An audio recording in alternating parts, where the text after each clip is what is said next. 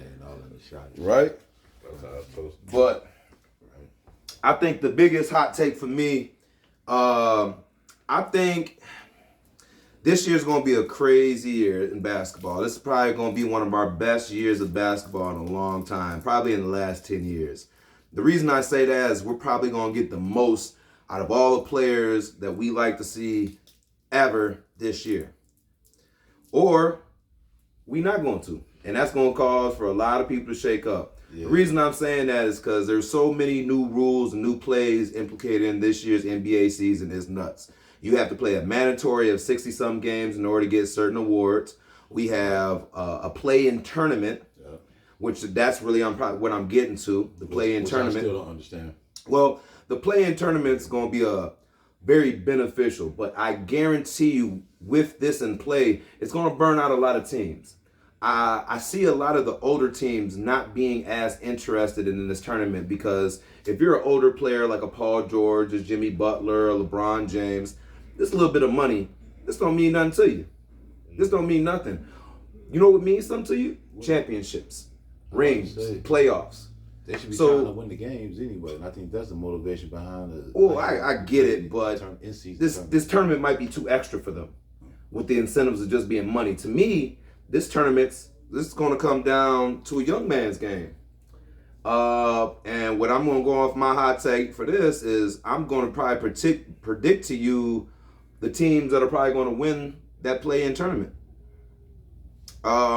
With that being said, like I said, I think some of the older teams aren't going to be as interested. Once they get out, it's not going to do nothing for them. But I think some of the teams that we're going to see do really well in this play-in tournament, the Thunder, because what I'm going to name off is the top 5 youngest teams in the NBA right now. A team that can actually play through this because they have the youth and the ability to do it and the talent. A lot of these other teams, they have the talent, they got the wisdom, the IQ, but this doesn't mean nothing to them. But they regular games though, still.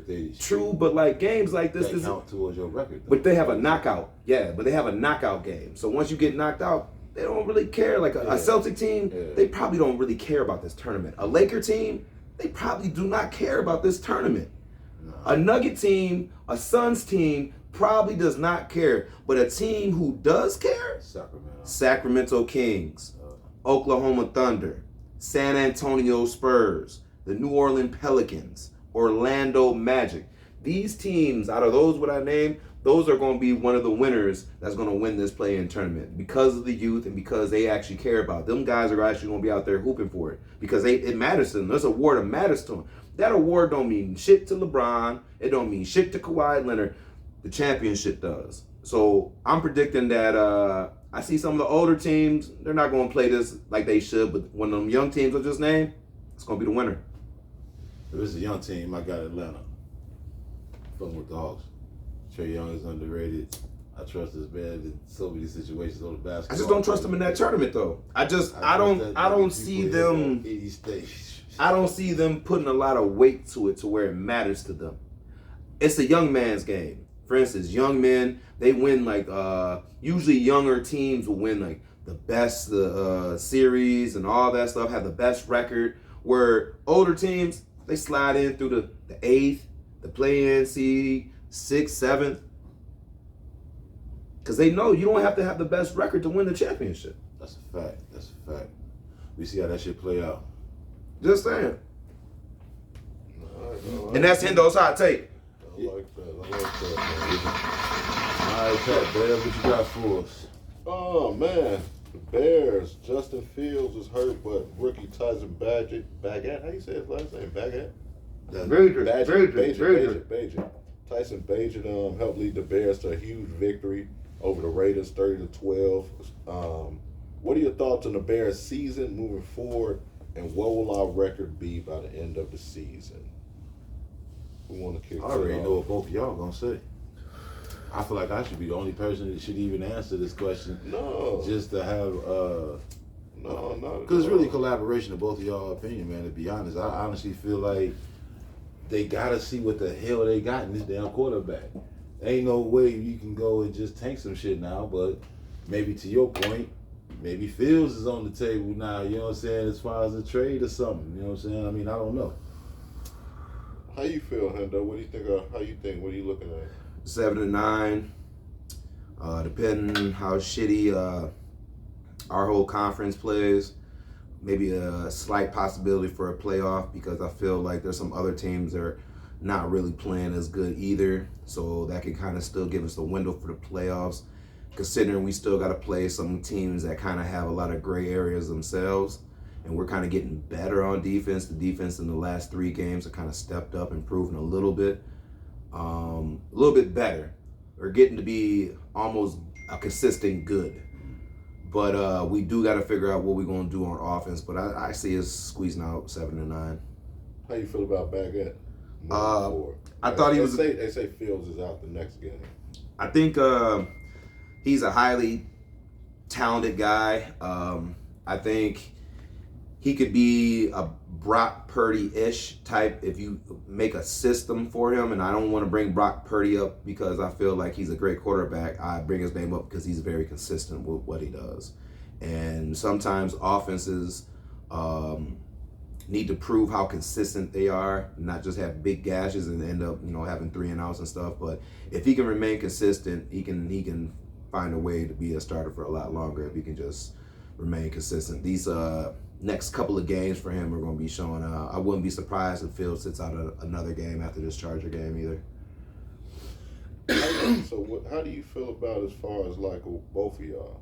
How do y'all feel as far as about, because when I looked at like the game, right, and it seemed like, for one, I don't know if they making like different like plays or whatever, but it's like it seemed like he was getting the ball out fast, right? So to me, I'd almost feel like a coaching issue, because it's like it almost seemed like they was running like different plays for Baguette, to where it feels it's like I feel like they trying to make him be something that he's not, which is more of a drop back quarterback. I don't know if that's him trying to prove it to the league, because I guess that's something you hear from around like running quarterbacks, is that they want to try to prove to everybody, you know what I'm saying, that they can throw from the pocket. So I think it's definitely got to do with coaching. Moving forward, seeing that offense look how it looked last week, I think you almost, if you're going to keep Fields, right, hear me out. If you keep him, would y'all be okay if we get like a Marvin Harrison and say another like good edge rush in the draft? Say we go 7-9, and say we get the Panthers like they're gonna be terrible, and say they get like the 2nd pick. Would you be okay if we keep Fields? But this is my thing though. If we keep Fields, right? Because let's just say he do keep playing better. Because I mean, ultimately, like that's what I wanted before the season started. I said lose and improve. You know what I'm saying? As long as he look better and we lose, and let's get a better draft pick to put around him. So let's say he keep looking better, right?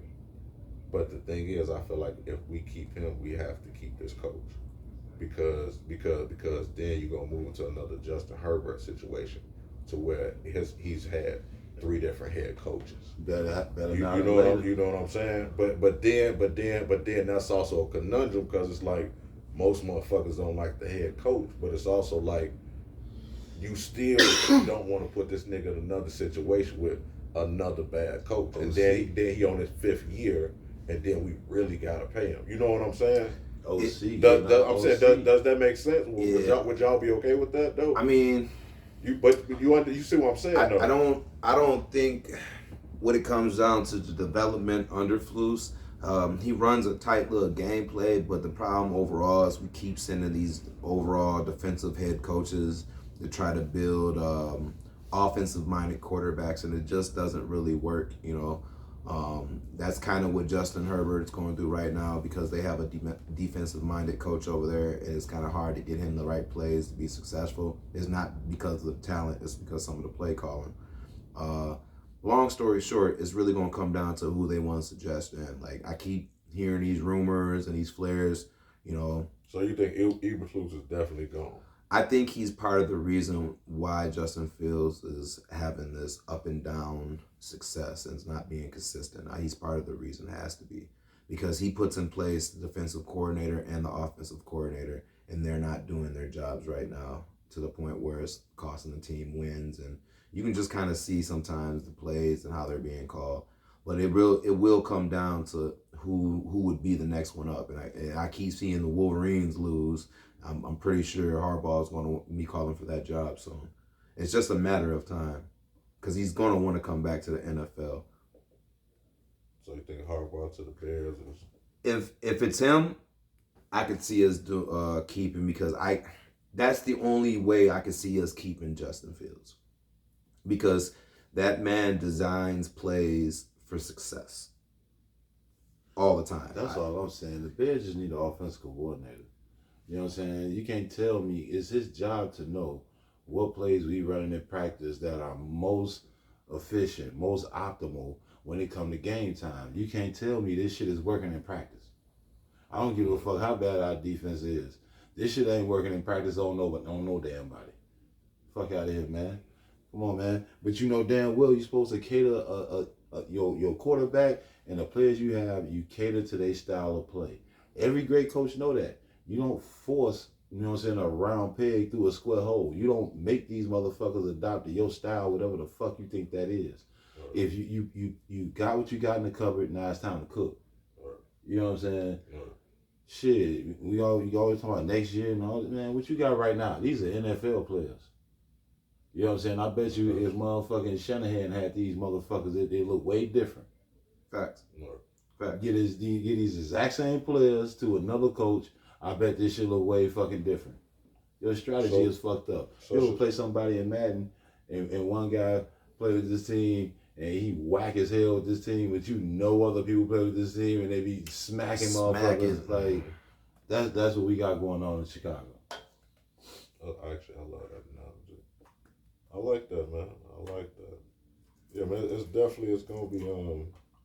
gonna be interesting, man. Actually, I think the big thing for me is what coach? Well, I know you say you were Harbaugh. What coach would you like to see us get? Man, I say OC, man. I like the enemy. If we could somehow finagle that deal, steal that motherfucker like a thief in the night.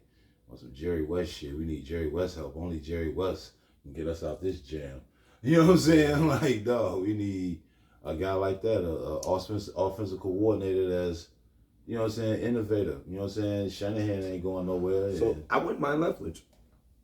I like that too. I wouldn't mind Leftwich out there. The reason I say that is because Leftwich actually gets on the bases with the quarterbacks, coming from a quarterback's eyes, and he actually works with them one-on-one. He gets in there and he tends to make the system a little better. Really good quarterback. I like a lot of tricky schemes. So I like the Rams, I like San Francisco, and I like the Dolphins. I like a lot of pre-snap movement and shit where you got to start watching every damn body and you don't know where the fuck this damn ball going. You know what I'm saying? That's part of this illusion of a play every time where you got linebackers don't know where to go, left, right, run up on the line. You know what I'm saying? So I love anything that's tricky like that. You know what I'm saying? Then you get a quarterback that's dope. But you need a strategy. You can't, you know what I'm saying? So y'all okay with, so would it be okay we get the two good picks? So we get Marvin Harrison, a good defensive end moving ahead. And say fuck. I wouldn't even say, but I always say we gotta go defense. But if it's an offensive lineman that we can't pass up, so we get Marvin Harrison, an offensive lineman, and we get defense and free agency. Do we give Fields like that one more chance to where it's like, okay, you don't have like any excuses? Say we get him Harbaugh, we get those two picks because after that we're gonna have to pay him that Lamar Jackson type money. You know what I'm saying? And then, you know what I'm saying, that always mess up the team. I think at that time, I think he would know that. You see what I'm saying? So, I think at that time, you let Harbaugh make that assessment. Kind of like two, not to cut you off, but kind of like two in Miami, where it's like you got this, you ain't got no fucking excuses not to throw for it. You know what I'm saying? Right. 4,700 yards. I would wait till the coaching came in there and let the coaching do it. That's what some of the Bears that we haven't done in a very long time is let the coach go ahead and make that decision. If that's why I give it, that's why I always say like the next position really comes down heavy to who we choose for the next coach. Because if that coach feels like they can coach up Justin Fields and make him better because the last coach wasn't doing a good job of that, I can see that. That makes sense. But if that new coach comes in, like, look, I got an idea for this scheme. I need this guy right here because I know this is what he do. I've been watching him play all these years through college. Yeah. This is the guy I want, and then give him that, with DJ Moore, give him. Marvin Harrison Jr. might as well go ahead and grab that Bear jersey already because he's already picked up low-key. He's going to be a Bear. Whether it's the first pick or the second pick, he's going to be a Bear. That's just what the fact is going to be. The second fact is we need to pick up the best defensive player available. Don't matter if it's an edge rusher. We need to pick up the best. From the safety to the linebacker to the D-line. All of that, the best. I don't care if he's a linebacker, grab him. Inside defensive nose tackle, grab him. Safety, grab him. Hell, even a corner, grab him. Grab that person and make the dynamics and then make those adjustments. Yeah. I've always been a fan of that model. Would you just try to shore up that offensive line? What, free agents? Well, I would see who's available for free agency, and then, like I said, we still have a fistful of picks after that. Like, we have a crazy amount of picks after that. That's normally where you find, like, your linemen and the people that are going to come through. I would say either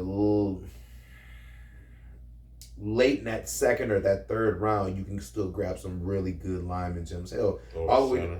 Yeah, you can still grab some gems. I think at this moment, you don't want to draft a center right now. You might have to go out and grab one in free agency because you kind of at this moment need to have a veteran guy working with the next dude come in. You can't be having the both learning groups through the center and the quarterback at the time. That can be rough because that can fuck up snap counts and how you grab the ball, and that can lead to a lot of turnovers. That's fun. I agree. Yeah. All right. Knicks, man, moving ahead. Interesting, Joel Embiid. Any chance it'll happen? What y'all think about that? Should they trade for him? Man, honestly, I ain't think too much of it until this man just came in here a couple seconds ago talking about Julius Randle. What? Wanted to leave the Knicks or something. If the Knicks were to make that move, they would have to get rid of Julius Randle because Julius Randle and Embiid basically play the same position. Only thing is Randle wants to go out. But Randle needs the ability to drive because without the ability to drive on that side, it kind of closes up, and Embiid closes that up for him. I thought that he would have to leave. Something to the effect of you heard that fan wanted to leave New York. I just don't think it's going. If that's the case, that would be perfect with Julius. I don't know where he thinks his Knicks are going to take him with that what they got right now because they have a set team, but they have no real big man. And Julius Randle doesn't really want to play that big man role. He doesn't mind banging, but he'd rather play like a power forward where you can stretch him out a little bit. Since Pat Ewing. I'm telling you, man, that one coach, man, when he left, that motherfucker was like, man, I got a whole bunch of 6'9" point guards. Right. But you finally give him a scoring big. 6'9" motherfuckers. You give him a scoring big. You give him Brunson. The thing about Brunson gonna find you, and Brunson gonna take a lot of pressure off you. I mean, granted, he can hit open shots. That'll be a nice pick and roll. He's more consistent than Harden when it comes to using the pick and roll efficiently and getting buckets out of it. What? He clutched though. No, consistently. Like Harden come off and he'll settle for that 3 and 1 attack. Nowadays or in ours? Okay. Right now. As far as like attacking, like Brunson's gonna stop. He'll hit that midi. Where Harden, he'll be like midi, and go to the 3, do the shuffle to the 3, and then shoot the 3. Harden can shoot the midi. He just doesn't like shooting a lot of midi. Brunson's going to score however he wants. Rated a great 3-point shooter. Look it up. I think he shot 42% last year. I wouldn't doubt it. He's just like I said. He's not. I'm not saying he's a better player. He's just a more consistent player. That's you know, day in and day out what he gonna give you. Yeah, 42%. Yeah, that's Steph Curry. You know, day in and day out what he's gonna do. That's why I said I like Brunson over there with Randle. Steph Curry for 3. But I mean, with Embiid. But at the same time, what they're going to have to give up in order to get that might deplete that Knicks team. And then not only that, and then you mix that with a little bit of Tom Thibodeau coaching. Will Embiid his body be able to go through that type of style of coaching, running that starting 5 as hard as Tom runs that starting 5? He's known for beating a starting 5. But they'll play amazing defense. Tom had to figure that shit out. He had to figure that shit out. Tom couldn't be over there running and be. I didn't think about that, but that's a great point. Yeah, but he had to know. I don't. But I think that would be horrible for Embiid. That's what I'm saying. think being in New York will be bad for Embiid. The media, if he missed games. Philly, damn it, it's not as bad, but I hear Philly is just as bad. Yeah. Philly is horrible. They threw we'll put like this. Santa Claus. But put it in the real thing. Okay. All right. Back in the day, yeah. Philly has a good team. All right, but with Harden not there, it's just a good team. That team is destined to go nowhere in the playoffs. Make it, yes, but not go nowhere. But the thing about it is, New York, they're up and coming. They have some young guys over. They have some new talent. Embiid wouldn't be wrong to lead that sinking ship right now because they're going through all that drama with Harden right now. I don't think they can. Where is Harden going? Harden? Yeah. Overseas. On the list. Overseas, because I'm the only motherfuckers that can tolerate shit like that. Oh, Shanghai. Serious, Tokyo. Since we're going right and talking about Harden, man, reunite with what will Harden play this season and his behavior? And is his behavior excusable? Who wants to kick off? Right, that's I kick it off. His motherfucking behavior is never acceptable. Dude is just something the fuck else. Like, no. We've came into the generation where guys don't want to do their job, I guess. And he apparently has problem being places that don't have strip clubs, or the strip clubs is weak, or there's no talent here and stuff like this. But everywhere you go, you have a nice opportunity to win some shit, and you just don't. You just don't. I think you just need to take a look in the mirror and just try to be a better version of James Harden and just become a leader, man. You have all the capabilities and all the structure you need to be a great leader. Do you do it? No. And then you end up bouncing locker room to locker room to locker room to locker room. And then you think it's everybody else? I don't know, man. I can't see you playing for too many teams with that type of attitude because that's that type of cancer shit that nobody wants to do. People will just dread to pick you up. Owners don't know what they think you might come here and be a super team, but then you end up arguing with everybody and get traded within the same month. We don't know what might happen with you. But you got all the talent in the world to be whatever the fuck you want. You just don't apply it like you need to. Then you go to a team, you have 8 good games, and then you go to the playoffs and we'll never see you again. Hey, man, the funny thing about James Harden is that maybe he think he's slick, but he ain't fooling me. Brother, we ain't really seen you play a whole season in quite some time. Now, you getting older. Now, you was never the fastest dude. You was never the highest flyer or no shit. You got over on a whole bunch of calls that they not giving you no more. And we ain't seen you play a whole season in a minute. I'm just saying, you ain't pulling the wool over my eyes. You ain't never that dude no more. I don't see 40 and 30-point triple-doubles no more. I don't see that shit. 50-point triple-doubles. Yeah, no matter where he go, I don't see that shit happening no more. According to trying to contend. According to Adrian Wojciechowski, the only team interested in the Harden are the Clippers right now. And I don't even know how that fit. I think the 76ers should absolutely trade him. This is be his 3rd team forcing his way out. I don't know what the general manager Moran is thinking as far as Harden. I think when you look at his age, and also this is his final year. So the team is gonna get him pretty much only renting him for this season. Yeah, you know what I'm saying. So it's like you have to kind of like pick your pill. You know what I'm saying. This team is not gonna get any better with James Harden on. Now, yeah, if he would have been there for that one game, that 1-point game, sure, that's a regular season game. But when you look at playoffs, James Harden literally went for 43 last. It was like 42, 43 one game. And the next 2 games went for like 13 and 14. Yeah. He's just not, when people say you like not that guy, it just means you can't do it consistently anymore. Mm-hmm. And with him, we don't know if that could possibly be effort. You know what I'm saying? With D Wade, it was just simple. He just can't do it anymore. You know what I'm saying? The injuries have built up, but when he need that bucket or you need that 25, that 27 that night, he still got it in him to get it. You know, he might do it back to back like he could 3 years ago. With Harden, it's almost like he give up. You know what I'm saying? Because it's like, how are you giving us 50-point triple doubles in the regular season, and just disappearing in the playoffs. You know what I'm saying? Like that's crazy to me. To me that's effort. You know what I'm saying? But I don't know, man. I digress. Dude's gonna be on the Wizards. Watch. Six Flags, man. Him and Poole, that shit would be fun though. That's all they're gonna do. They shoot. Oh, that shit would be running fun. gun. That shit would be fun. Yeah, actually would. They gonna get Coach D'Antoni. They gonna lose games 180 to 140. It's gonna be like them Bo Kimball and whatchamacallit. It's gonna be like the old Phoenix. Shoot, 0.2 seconds. That shit was hilarious. Wemby, sticking with basketball. Wemby seems like a special player in the league. Do you guys think he'll have a better rookie season than Tim Duncan? Now, Tim Duncan averaged 21, 11, 11.9 rebounds, 2.7 assists, 2.5 blocks. He was Rookie of the Year and 5th in MVP mode. How do y'all feel about that? Wemby just beat Tim Duncan's rookie day stats. The first day he played, he already beat his stats doing that.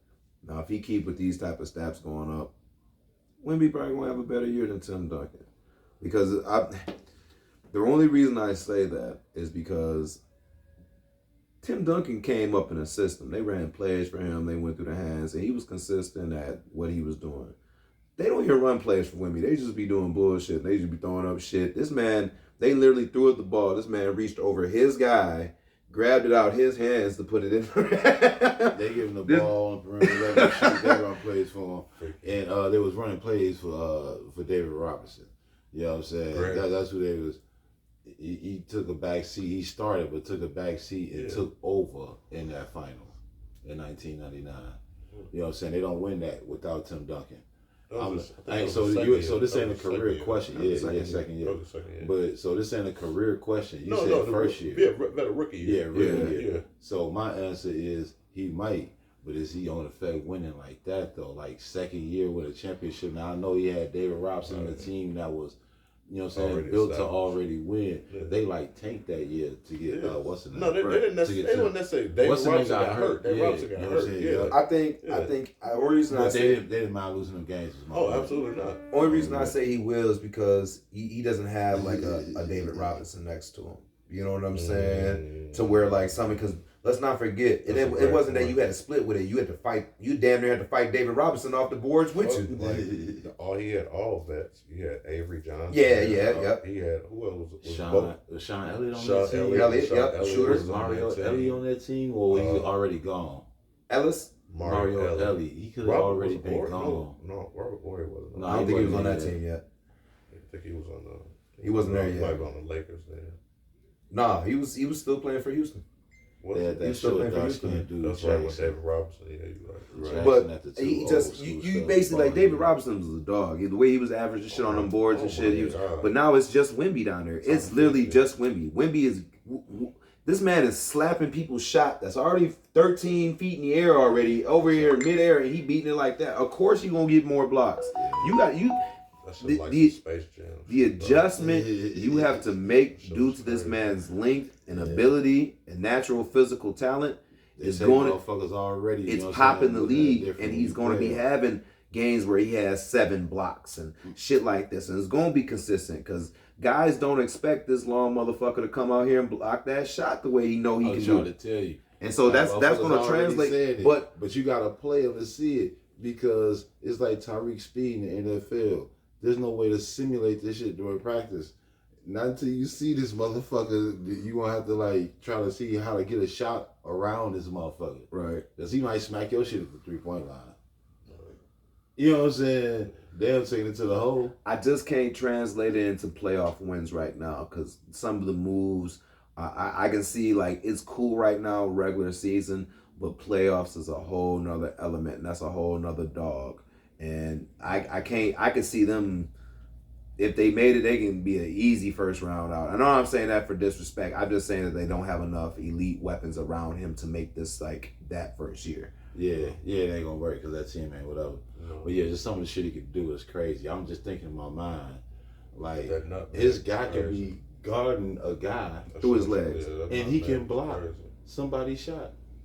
He can block another man's shot. Like if his guy is guarding somebody else's guy, He's long enough to reach over his guy and block this dude's shot. Yeah.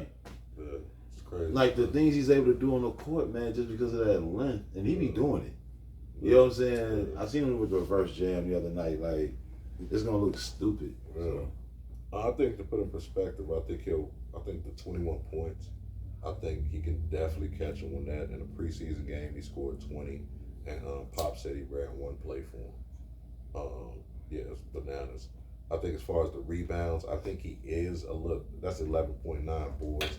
I don't think he'll catch him as far as the rebounds go, just because I think Wemby is thin, and even though Chet is thin, Chet is super aggressive. Now Wemby is more aggressive, I think, on the offensive end. And I think defensively, as he gets bigger, I think he gained like 20 pounds of muscle or something like that. That's why I see him get most of his boards though. Is grabbing his own like the offensive end. But I think you'll start to see the rebounds grow as he gets bigger and stronger, because he still will get pushed around. When you get somebody like Kenny Lofton Jr. on him, he's going to get pushed around. You know what I'm saying? But as far as that aspect goes, the 2.5 blocks, he could lead the league in blocks. Yeah. And the funny thing is, he's probably only going to play maybe 30 minutes a game. Tim Duncan played all 82 games his rookie year. He will absolutely not play that many games. He'll probably play 60 at the most. That's the most I would play. Because he got to play, 60 or 65 to be considered for... He'll probably play like 62, 63, something like that. Enough games to be considered. Yeah, absolutely. He's playing 62, something like that. 63. He's going to be due some awards. But as far as like... minutes will be low, though. Yeah, the minutes going. That's why I say he might play 30 minutes a game. But as far as impact, I mean, Tim Duncan, as great as he was as a rookie, they've seen stuff like that. We've seen a Moses Malone come in and be dominant. We've seen it. We can go as far as back as he actually won MVP, played for the Wizards, Wes Unseld. He won MVP that year and Rookie of the Year as a rookie. So we've seen guys, big men, come in rookies and be dominant. We've never really seen anything like Wemby. It's kind of like it's almost like watching KD as a center. Like seeing KD in Texas is like, this motherfucker's a dog, but it's college. But then you actually see him with Seattle, and you see he's struggling, but it's like, this shit different. You know what I'm saying? Like, what the fuck is this nigga? Because he 6'10", but he moved like a two guard, you know what I'm saying? It was different. So I think as far as... what's way different is the player that I'm about to compare to him, but what's the same is the exact same words you use to describe this person. When you don't describe their skill set, but you describe the difference and how they're different. That was Will Chamberlain. Yeah. He was taller than everybody. And he moved gracefully at that time. So like, it's just funny just hearing those comparisons, because I'm thinking in my head, Wilton, everything you're saying, I'm just thinking, that all match up. You know what I'm saying? That's a great Wilton. Uniform this time too. But yeah, you think you have a better season than Duncan? Yep. Better season? Stat wise, yeah, he should. Yeah. All right. Well, you said Fam played all 82. We going off total points. He played all 82 games.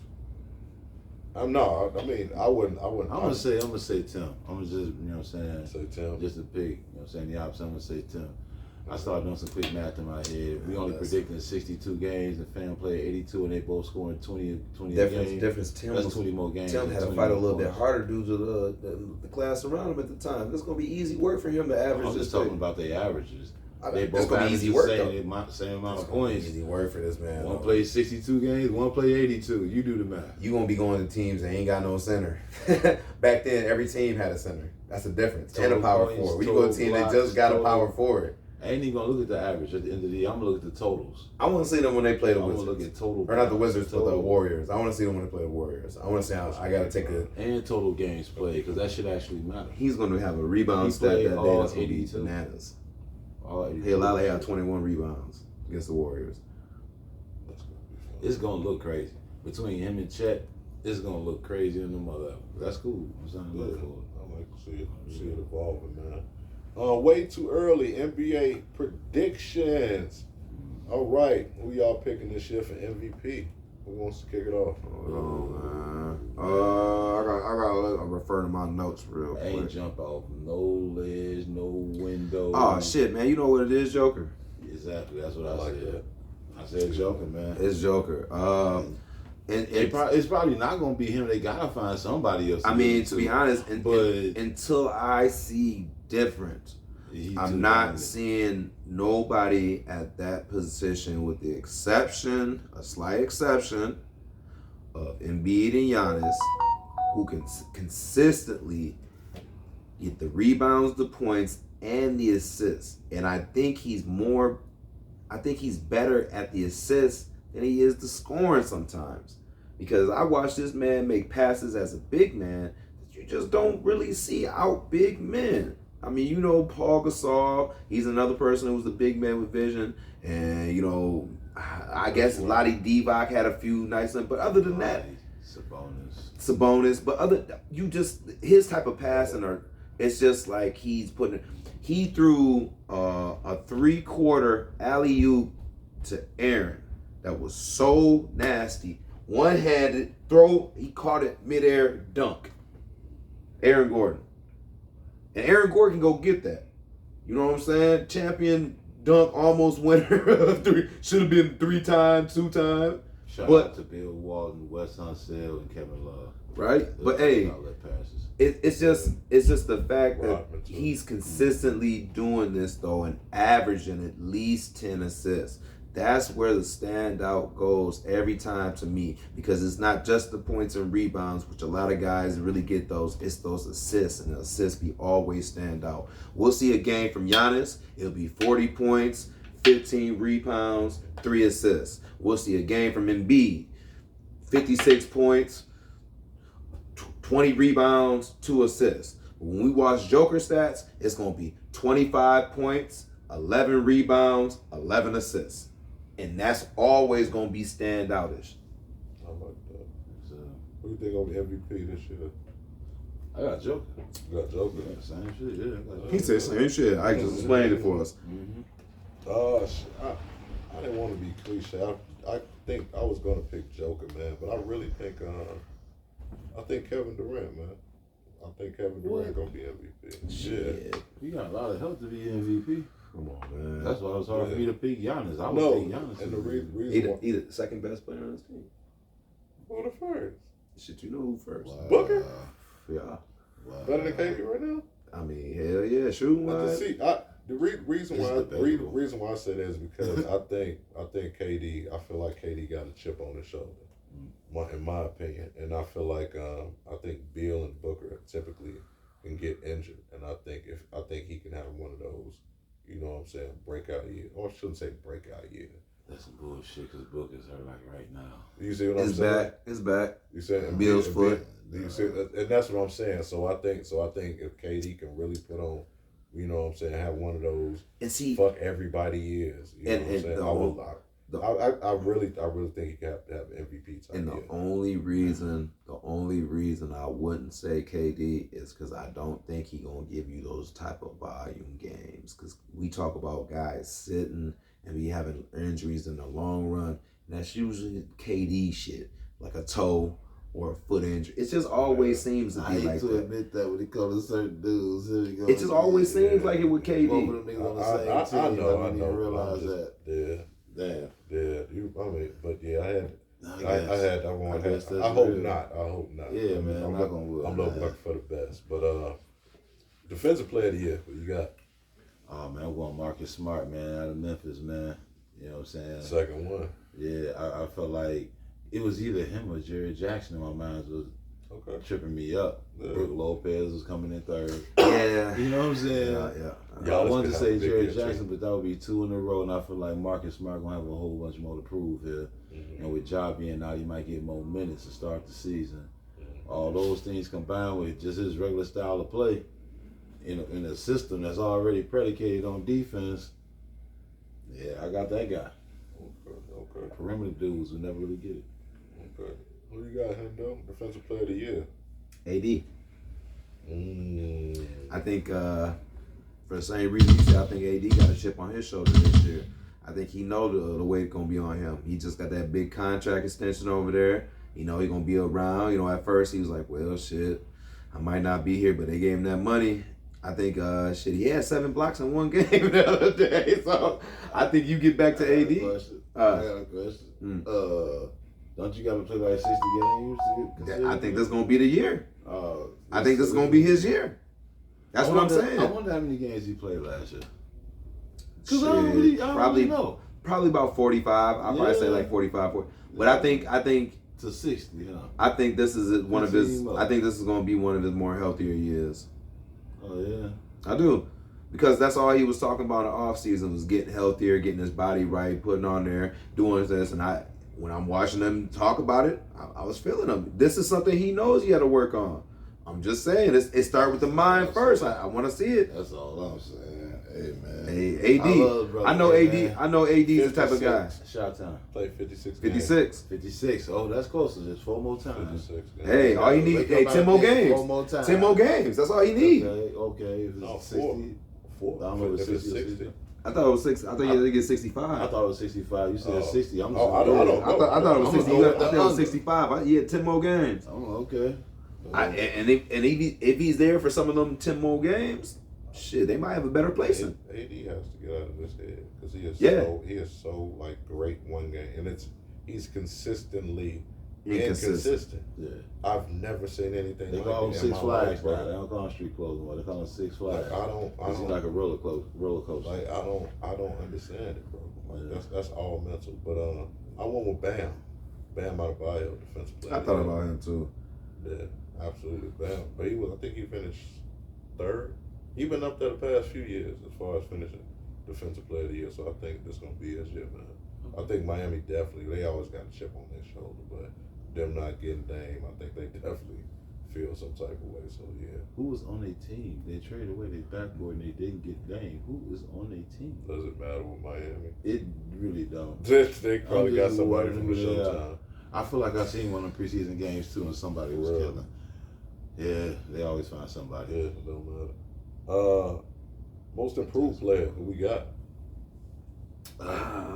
Go ahead, that's you. Oh shit! I'm gonna break out my list, man. Oh shit! I had a 2-part on this one. It's gonna be a 2-part split between D Rose or Zion. Who was Zion? Where's D Rose in? Memphis. Yeah, Memphis. But his role is different over there. Yeah, I was gonna say his role. His role is way different over there.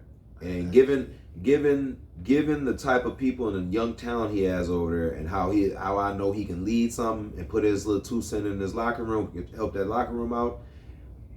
I can see him being a good if he. And I feel like he's been kind of staying healthy, but I think if he has one of them healthy years, I think he could get it most improved player. But then, so could Zion, because if Zion get the balling out, we ain't seen Zion playing 3-4 years. Yeah.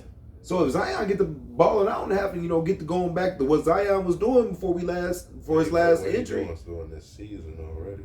I'm just saying, if he that has to be most. I can make the argument in that direction where he's had a good season. Though I seen him averaging 29 on 50% shooting, and like Shaq numbers in the paint. You know what I'm saying? So and they started letting him bring the ball up at half court, like Giannis was. What are you doing? That was ugly footwork. His footwork is way better than Giannis's footwork.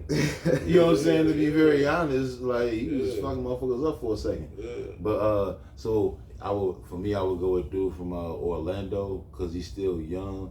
But he a man. What's his name? Pablo Bancaro.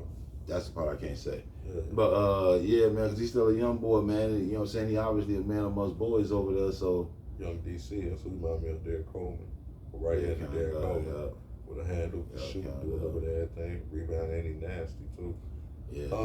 I went with a different. I went with Tyrese Maxey in Philly. I think a lot of people don't realize he averaged over 20 a game last year. He averaged 21 a game. And James Harden had playing. They pretty much gave him the green light. They told him they wanted to shoot. They told him to shoot over 22. Go shoot 22 times a game. So he's. Yeah, man. I think motherfuckers predict he should be an all-star this year. Yeah, I like Maxey. I like Maxey. Hendo, Rookie of the Year, should probably be unanimous. Scoop? Shit. Wemby. Scoop? Nobody saying Scoop? Nah, that's Wemby, man. Oh, man, why can't it be Scoop? Scoop was my second. He was really the first person I thought of, but then I was like, struggle this year. Man, I was like, Wemby just he just gonna have them weird games where he just sometimes he gonna take advantage of people and Scoot don't. I mean, he can have his way, but Scoot reminds me of Gary Payton when he first came into the league. Around that same size. Tall ass Gary Payton. No, it was like Gary Payton 6'4". Yeah, but He's 6'4". more swole. Yeah, no, but I mean, as far as like not having a jump shot, because you can yeah. see everything else is there. You know what I'm saying? Yeah. A lot of people said Gary Payton wasn't gonna be nothing, and until that second season where he get that 20-foot jump shot, and then that just kind of opened up everything else. And then if Scoot, if he's smart, he'll start working on his low post game too, because he is 6'4", and you know what I'm saying, he should be built like a fucking tank. But yeah, of course, I think Wemby's definitely gonna be rookie of the year. It might be Chet, man. Y'all don't know. Yeah, it could be Chet. It could be Chet. The reason why I didn't pick Chet is because Chet's on a playoff team. Yeah, You know what I'm saying? Wemby is probably the first option on that team. You know what I'm saying? very, very, Well, very like you first said, he option. only got one play call for him in that preseason game. Keldon Johnson is good. And You know what I'm saying? Yeah, they got Vessel. They got a few young players. I would love to see them get Mikal Bridges if there was some type of way they could do it. Oh wow! If they could get him, Wow. They couldn't without giving up one of them. If they, I would want to give. keep him with my Hornets though. I ain't gonna lie. Well, man, Miller and what's the name? It'd be Showtime with LaMelo Ball. Oh, that would be fire. Yeah, I'm playing with them on 2K. They get together, it's a wrap. Zion went over there, it'd be unlimited. Oh man, look. They've been saying Zion going to the Knicks forever. They've been saying that forever. Everybody. They were saying that since Duke. Knicks need everything, don't they? Yeah, they what up? Ain't nothing else to say. I can't with them. All right, first team NBA this year. I picked. It will be Joker, Tatum, Luka, Lillard, and KD. Your first team this year. Who wants to kick it off? Whoa. Oh yeah, and also this year doesn't matter. It's like the WNBA positionless. Ah shit! All right, let me go with It's positionless. Gotcha. I'm gonna do Joker, KD, Shai Gillis, Alexander, Jimmy, and damn man, go ahead, give me Dame time. Okay. We talking about first team, then, right? Yeah. Way too early prediction. First team. First team, way too early. Joker. Mm-hmm. We got Giannis. We got Tatum. They of course gonna give it to Luka. It seemed like, and it seemed like they always give it to Steph. I feel like those are the obvious joints for me. Okay. Second team, I went with Embiid, Giannis, DeRozan, Steph, and then Shea. That's understandable. DeRozan gonna have a huge year, man. I really wanted Shea to make my list. He just did. Yeah, he too nice not to. Oh, Shea? Yeah, he's nice, man. Imagine if the fucking Clippers would have and they would still lose in the playoffs. It doesn't matter who you give the Clippers. You could give the Clippers LeBron James, Michael Jordan, and Kobe, and they'll still find a way to so lose. Bad, bro. I love they owner. Them niggas don't want so red, bro. We can't want it more than they want it. That's the problem. That nigga said that still lose. That'd be a great team, though, with Shea and all. That'd be stupid. But who you got? Second team. Giannis, Fox, until a motherfucker prove me wrong, LeBron, and You gonna prove you wrong. I don't know if LeBron gonna play that many games. That's why I ain't taking him. Until I see different, dog. It's like one of those until I see different. I need to see a wheelchair or a walker, a cane, a walking stick. What you need to see for this man? Hold on. I got one more. Yo, I think we need to throw Donovan Mitchell in there. I just think we need to start throwing his name in there and showing some respect to that guy a little bit, man. Because that man, They might move Mobley. They might move Mobley come trade time. He's just a dog, though. He's just a dog, don't though. want him if you don't improve. Shit, my second team, KD, Book, Dame, Joel, motherfucking D Fox, man. Okay. Fox, bro. That You know what I'm nigga's saying? Those are the obvious motherfuckers. Like, you can't leave their name off the list. To me, it's been between Fox and Steph, and I had to go with Steph.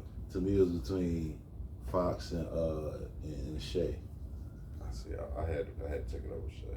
And I got Fox. I seen him doing way more in the playoff last year. Yeah, that's true. That's true. Shit, had a way better team too. Had a way better team. That's true. Hey, shit, most wins. With Chet, First time ever. Off of him. Yeah, that's gonna be. That was the first time they had ever had that many wins, bro. All right. All right, man. Let's see. Name 3 things. Hey, like and subscribe. Stop being dusty, man. Getting free content. Like and subscribe. Old Heads on YouTube. Also, Hendo, CEEHENDO, man. Also on YouTube.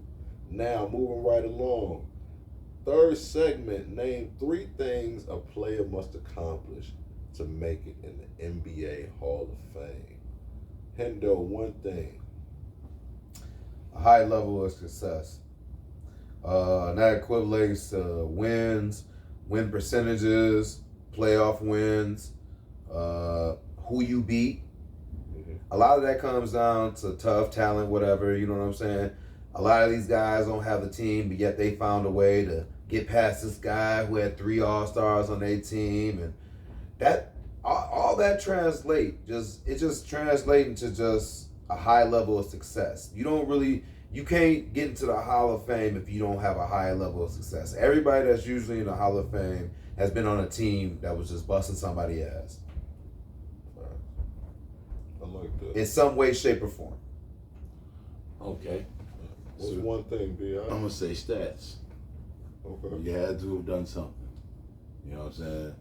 I mean, Hall of Fame ain't just because you hit the one shot. You know what I'm saying? Like, I'm sorry, Steve Kerr. You know, he won a championship. Is he a Hall of Famer though? No. He's More of a Hall of Famer coach than he is a He player. didn't have a career that was filled with stats.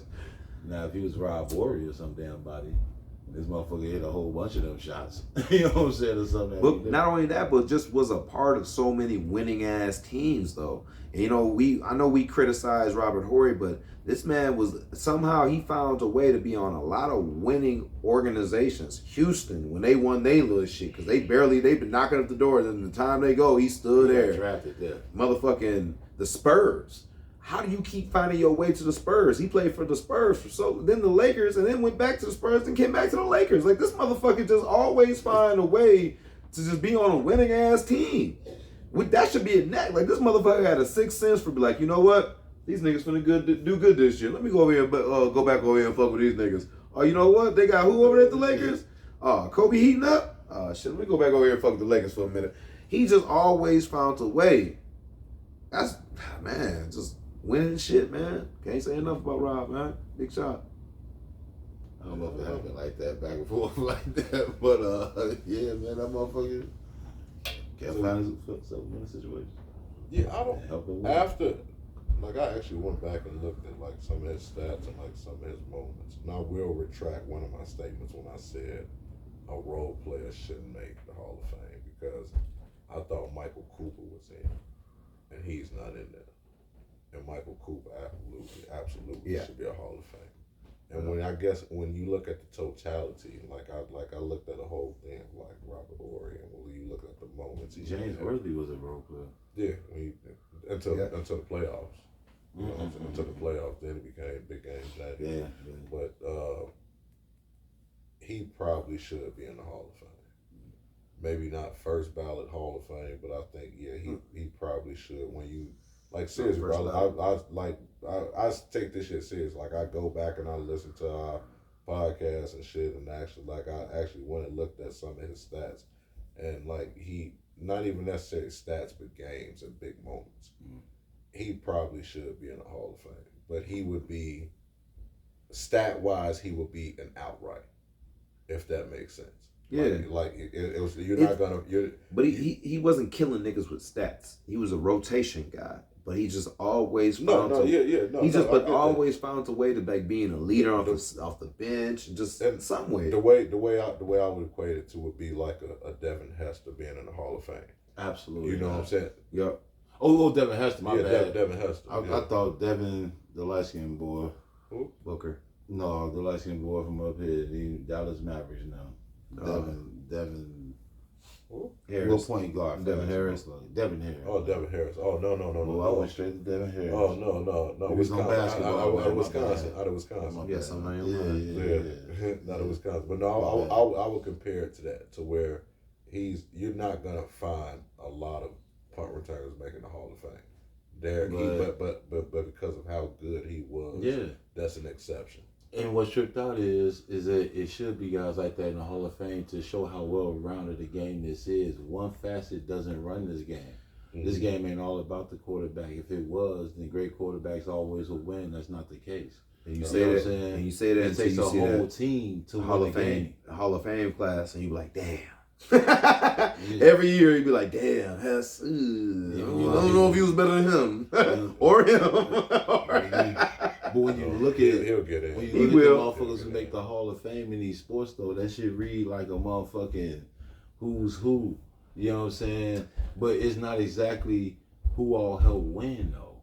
You know what I'm saying? Other motherfuckers contribute to win. Puncher, and he was probably one of the best punters ever, and kicker. Like he was known for just getting coffin kicks, what they call underneath the 10. Really underneath the 20, but he was getting them underneath the 10, like putting teams at the 8-yard line. And he did this for like 6 years, 7 years. Just had a crazy stat. A kicker, that means his legs are strong. By the time he got into the Hall of Fame, he was in a wheelchair. It was because kickers and them just don't make, people like that just don't make it in like that. Yeah. You know, there's going to be a lot of guys, but it's just by the time he got there, that motherfucker was in there, had an oxygen tank, was like, thank you. They be drooling. That's that bullshit. I fell asleep. Give them their woke flowers, back up. man. Like, give them their flowers. All right, man, get a body. They got slime all on this jacket. SpaghettiOs and everything. Second thing that player needs to be a Hall of Fame. Oh man, to be a Hall of Fame. Oh, I thought it was me. Yeah, that's what I said. Yeah, go ahead. Like B.I. said, man, accolades. You gotta have some type of awards, achievements. You have to lead in 3-point percentage. Got to be a good to great, amazing dunker / scorer. You know what I'm saying? Most evers, put it like that. Most evers dunks, most ever rebounds, steals, assists. I.e. like a John Stockton. His stats, his winning percentages have him up there, but his stats at being an assist leader, nobody will ever break John Stockton's assists record. That, like shit like that. When you have stuff like that, and like I say, like Vince Carter for dunks, that's the only way he was never really a winner, but he had some of the most amazing dunks ever known to the NBA. Ever. He's the greatest dunk ever. That's what I'm saying. Like that's when you say stuff like that, that's how I feel like should be part of it. That's part of the reason. Not just one of the reasons, but it has to be part of a trifecta. So when I went back and I listened to last week's pod, right, I think it was a disconnect to like I didn't understand what you were saying. What you were saying with Reggie Miller is when you said he was 4th all time, you were saying that just how like a motherfucker, like how Stockton is all time in assists. You just feel like because he was all time in 3-point shooting, whether or not it was just the one thing he did, because he was all time in that, for that alone, it should be respected the same way. Is that what you were saying? Correct. Because he held that for so long. It took guys like Ray Allen. To where you feel like that changed the game. Yes. Then that's fair. Because the best, when we talk about the best 3-point shooters ever, we just now are getting over Reggie Miller's name to put him at 4th. Just now. Like we have to go like Curry, Ray Allen, and then it's a little gray Reggie Miller. I mean just off back, that's kind of where your mind kind of go, even though it's the stats and the percentages point to other people, but that's just where he at. And he held that, right, but he held 39 is awesome. That's phenomenal. He just held that record for so long. And guys are just now getting over it in like 2008 and 2013 and you know what I'm saying? Just now getting over it. So you had to hold that all through the 90s, all through the like 2000, almost through the 2010s, like 20 years of holding that down almost. it's like that's kind of big, man. That's, bro, I'm a man, and I said, he should probably be in the Hall of Fame, right? He should probably be in the Hall of Fame. Absolutely, you can't write the story. When I watched the actual, well, I've been watching Reggie all day, and he was again, he was hurt, and he couldn't curl. And instead of curling, this nigga just stepped back. So instead of coming around and was able to curl because his ankle was fucked up, I remember. He couldn't curl. He just literally stepped back and got the ball and hit the three.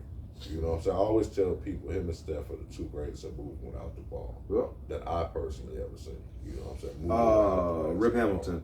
Rip Hamilton. Yeah, Rip right up there with them. He's so smooth coming off. But Rip didn't move around the 3-point line as much as they did. No. You know, Rip was more midi. Yeah, he'd get to his shot, whatever shot. Yeah.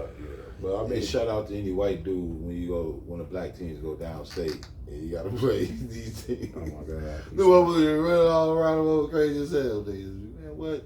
And stay on the perimeter. Ain't nobody about to shoot. But yeah, I think for me, I had to agree. Accolades. How did you feel your second thing? My second joint was because I got a whole bunch of them. I'm gonna pick winning on some level. Because everybody don't really be winning just in the NBA. This is the NBA. I mean, it's the Basketball Hall of Fame. So, like, motherfuckers be great college players. Shit, that Austin motherfucker, or Alfred, whatever the fuck his name was from Indiana. But white dude, he might be in the Hall of Fame. Like, I feel like Jimmy will be in the Hall of Fame. Given right now, like if Jimmy was to retire after this year, you feel like he'll be in the Hall of Fame?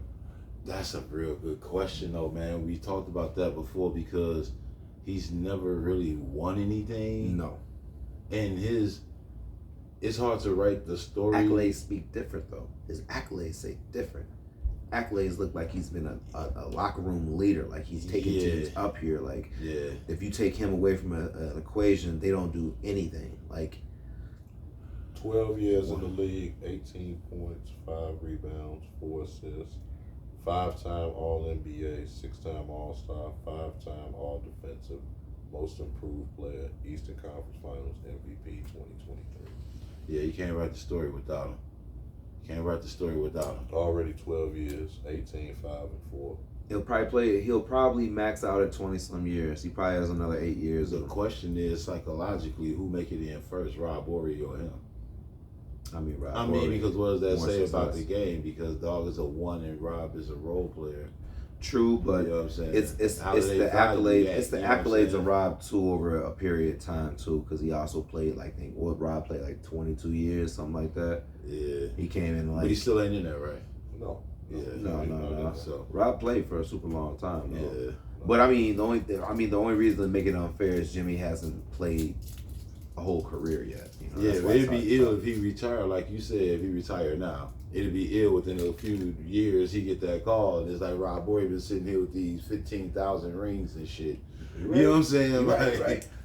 Robert Horry, 7 points, 4 rebounds, 2 assists, 7-time champs. Played 16 years in the league, all rookie. A lot of people forget, bro. They was comparing him to Scottie Pippen. Yeah. When he first came into the league, they was comparing him they to 16 needed him. Four-man Scottie Pippen. Yep. So he's always taking the back seat. So yeah. I remember how. But Scottie Pippen was a 2 on his team, a second option. This motherfucker was playing behind. Yeah. You know what I'm saying? Maybe Maxwell. Hey, a lot of things. Sometimes 2 or 3. Because don't forget sometimes how Kukoc would light up too. Let's not forget, like sometimes it'd be Mike and Kukoc. Okay. I'm just saying sometimes. Rob Horry wasn't looked at I'm talking about as any other option. I'm talking about Scottie. Right. So even if Scottie dipped down to 3, Rob Horry wasn't anywhere near the pecking order Scottie Pippen was, and they looked to get a shot for your team. You know what I'm saying? He was a guy that when he was open, he shot it. He took advantage of good opportunities. Basically. Third thing, man. Final thing you think to be making Hall of Fame, NBA Hall of Fame. Championships, rings, and or appearances. Because I hate to say it, one of the biggest icons of the NBA was one of the biggest losers of the NBA. Let's look at Jerry West. He's literally the NBA silhouette. And Jerry West made it to how many championships? I think 7. And won 1. He is the epitome of just going there and just losing a lot. I feel worse for Elgin Baylor.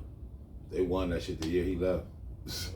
But it's crazy. It's crazy. So you have to put in the factor that this guy won an MVP of the finals and lost. That still blows my mind. And whenever you say that, how does a team lose and their player plays so well that the NBA was like, look, we know they won, but we're going to give you the finals MVP.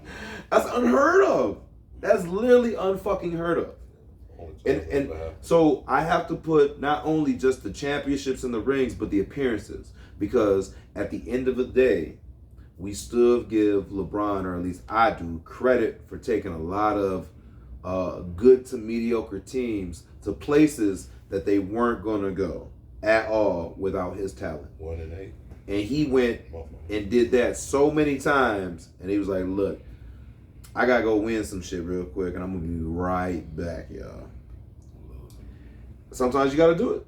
Sometimes you got to win to know what it is to win and come back and do what you can better. That's all. And that's what he did. But we will give him that credit because he made it to so many fucking championships. Yeah. So he will for sure go there. Even if he only won one championship, we have to Jerry West him into this Hall of Fame. So that's why I say appearances matter. Every guy that's a main guy on the team and you win a ring, you in the Hall of Fame. You won at the highest level when they depended on you most. You know what I'm saying? When they counted you, everybody, every number one. But we'll always give LeBron credit for taking them shitty ass, my bad, mediocre Cleveland teams to places that they weren't going to go. That's all. But we'll give him credit for that because they weren't going to go there or do what they did in the playoffs at all. I mean, let's be honest. When people say that though. Y'all act like they had no players on that team. He had an all-star. I keep forgetting the little light-skinned dude name from out of Texas. Little light-skinned boy. He was the point guard. He was really like the two. For the Cavaliers. For the Cavaliers. Man, he's a young boy, man. You talking about Boobie? Gibson? No, not Boobie either. He played for Texas, I think. That's what Boobie played for. Nah, not Boobie. It was another cat. Anyways, man, LeBron had hoopers. I'll look that shit up later. LeBron had hoopers on that team. I said mediocre team, man. Because, places. You know what I'm saying, we act like he went up against this great talent, and people always love to judge talent from nowadays. The Celtics was a good team. They were a very good team. They had Warriors. KG, Rondo, Ray Allen, Pierce. Well, let's act like this is Pierce when Pierce had Antoine Walker. This wasn't the same Pierce. This dude was old. But they had the same. They was oldly busting their ass. In Seattle, or Ray Allen was in Milwaukee. Eastern Conference Ray Allen was busting their ass. Ray Allen wasn't doing nothing but shooting threes. He's supposed to be good at that. Just say they had a better team. KG also spent 15 years.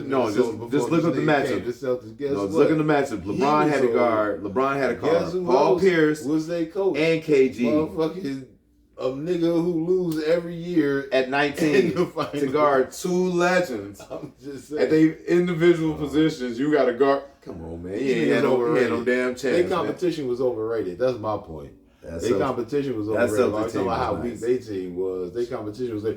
They younger than them. They supposed to be beating these old ass niggas up the court. They had one young nigga, all the rest. Old ass Paul Pierce, old ass motherfucker. Come on, man. That first year. Who was their center? Y'all better put Posey. Who was their center? Because Kendrick Perkins, young ass, was old as a motherfucker. Mind you, this is before they had Tristan Thompson, and this is before Tristan Thompson, before Verjao. This nigga was old when he was young. They had somebody that shouldn't have made it to the places they made it. That's all I'm saying. And let's look at Detroit. Them niggas like to score 70-something points a game. You mean to tell me that was an amazing Detroit team? Yeah, they were amazing. That was an amazing defense. They're in the top, defense relaxed at all. For defensive their offensive output is like 80, 90 points. Because they play great defense. If you play great defense, you have to do shit for offense. They played amazing stifling. They're in the top five best defensive championship teams ever. They didn't play good enough to stop Bron, did they? I mean, they won two back-to-backers. They got old too. Y'all got Rasheed Wallace on this team.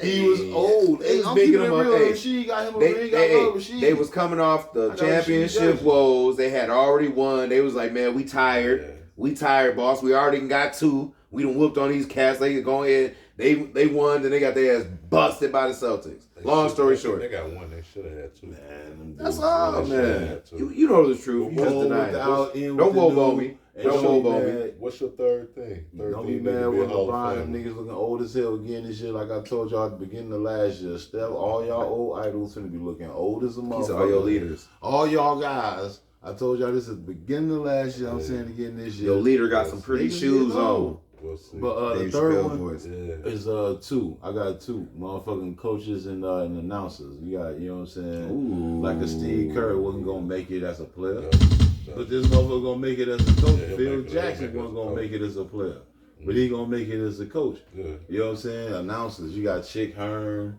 dude with the suits, who died and shit. Dick Vitale. You know what I'm saying? Nobody's still alive. No, I'm just playing. In my heart, Joe.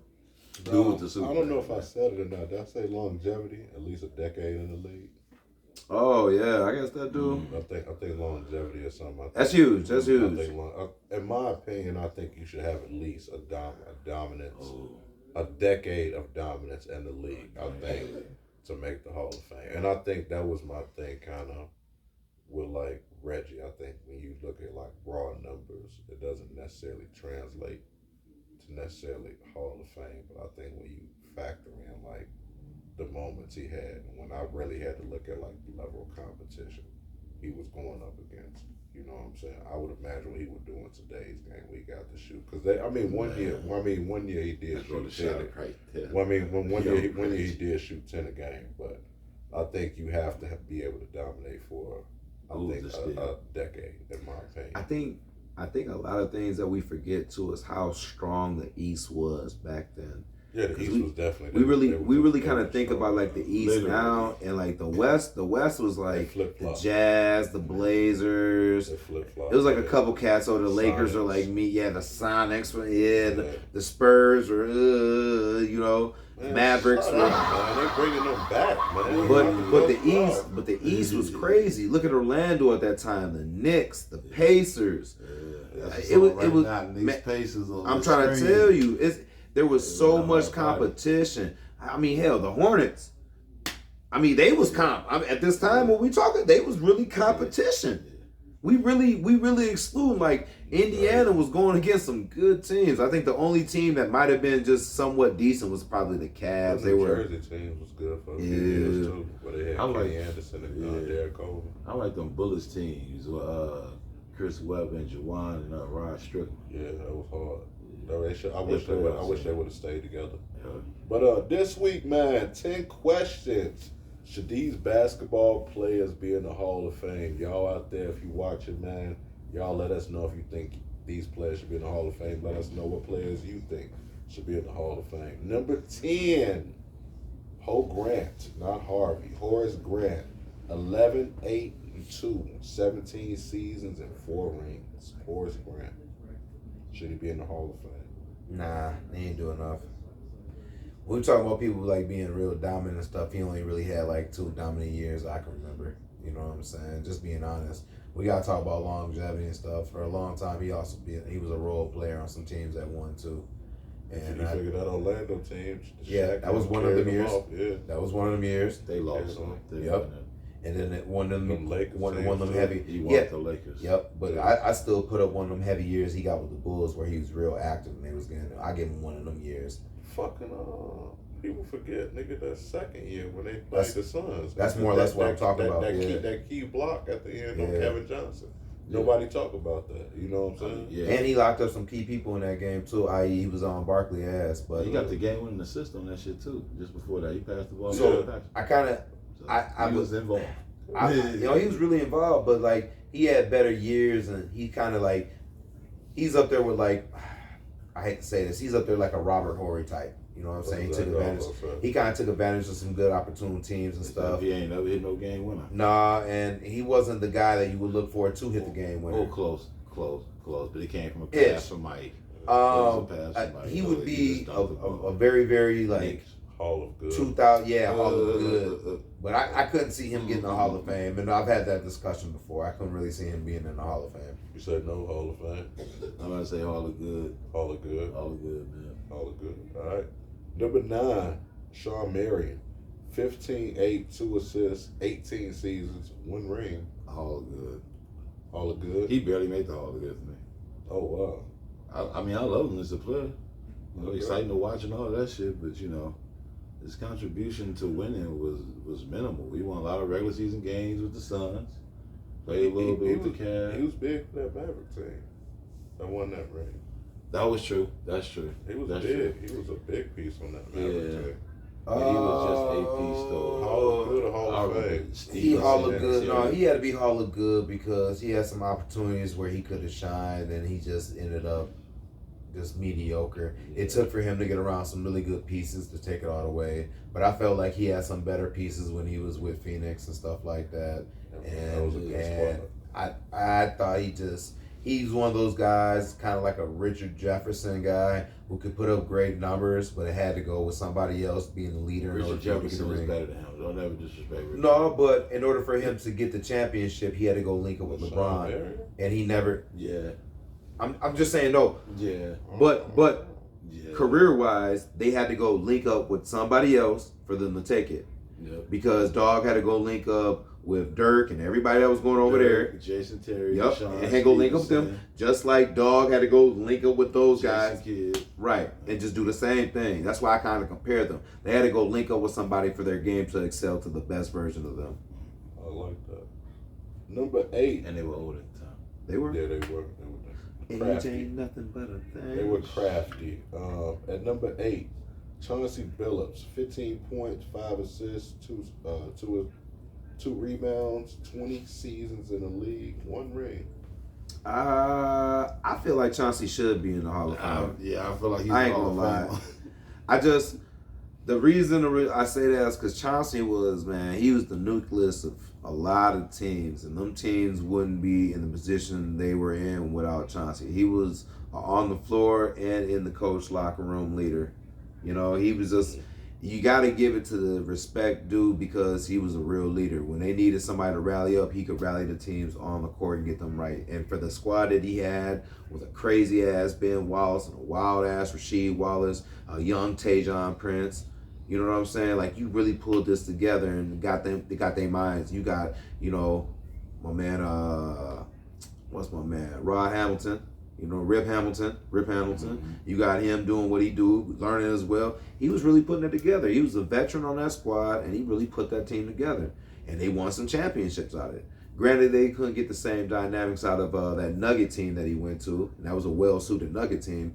But when it comes down to what he did for them, the Pistons, and how he was killing motherfuckers in the playoffs and going up against competition, I'm going to put him in there. Dog, and he would hit a big shot on you. Wasn't scared of it. That team, like I said, they had trouble scoring. At you know times. what I'm saying? Like in late in games, like think about what you would need. What would be your high percentage shot? Old ass Rasheed Wallace shooting it, Ben Wallace who don't shoot it, or running the play hoping that Rip Hamilton come off 15 goddamn screens. Right. You know what I'm saying? Dog was hitting threes. He didn't make it to the basket. Sometimes as he got a little bit older, his foot got looking a little bit more awkward. You know what I'm saying? His feet. But same point in time, like he knew how to get to the rack, but he just saved that shit for like when they really needed it. Every once in a while during the floor of the game, okay. You know what I'm saying? But he never pressed it. He set up the offense. They ran all them damn plays that motherfucking Larry Brown said. And plus I knew he was a killer scoring wise from Denver and from Colorado when he was in school. You know what I'm saying? So like, I knew he could always score, but he always reeled it in to play the team game and shit. Yeah, he a leader. Like you said, yeah, he definitely a Hall of Fame. Definitely. Leadership alone with that ring, yeah. Number 7, Kevin Johnson. 17, 9, 3 rebounds, 13 seasons, 5-time All-NBA. I don't even know why you do this to us. I really don't. Hall of Fame? It's like you want us to just be... Kevin, no, man. I don't want to have to say that. Kevin Johnson just doesn't man. have the body of work. That's all it is. When it comes down to it, when it comes down to meet my 3 standards as far as accolades, win percentages, and championships, I don't think he meets really any of the quarter categories except maybe the wins, because he did translate for a lot of wins. But my other 2, I'm going to check off. No, he doesn't really meet that. He was an amazing player, but he was also on a star-studded team and still did, mediocre things to me in my eyes because I felt like he could have did. Actually, I felt like he could have did more on the defensive tip, but he was, that wasn't his job. He was a scorer. Hall of Good. I give him Hall of Good. Really? Yeah, I can't give him Hall of Fame, man. I mean, I love dude, man, but that shit matters. I only seen him in a championship series once, and then when I seen him there, you know what I'm saying? No, like for real though, man. What happens on the biggest stage? Because they was in the West back then, if you can remember, Portland Trail Blazers. You know what I'm saying? It was certain teams, Utah Jazz is always in the mix, and then all of them had their chance to go. Even if you were just together for a second, Seattle Supersonics. Even if you was old, Magic Johnson, 91. You know what I'm saying? Those same teams though, from 91 all the way to like 98, those are the same guys battling. You know what I'm saying? So how many of them motherfuckers went to the finals? Clyde the Glide was there twice. He lost twice. You know what I'm saying? But he went twice at least though, before he won with Houston. You know what I'm saying? Like, but same point in time, like what these guys do. And on that run, I didn't see KJ doing nothing. You know what I'm saying? Maybe in the playoffs getting them there, maybe, but in the championship game, when I look at that, I seen Charles Barkley games. You know what I'm saying? I seen Charles Barkley into the game, sealing the deal in Chicago, stealing the inbound, getting the layup real quick. You know what I'm saying? He dropped 40 and like 20 on us or some shit.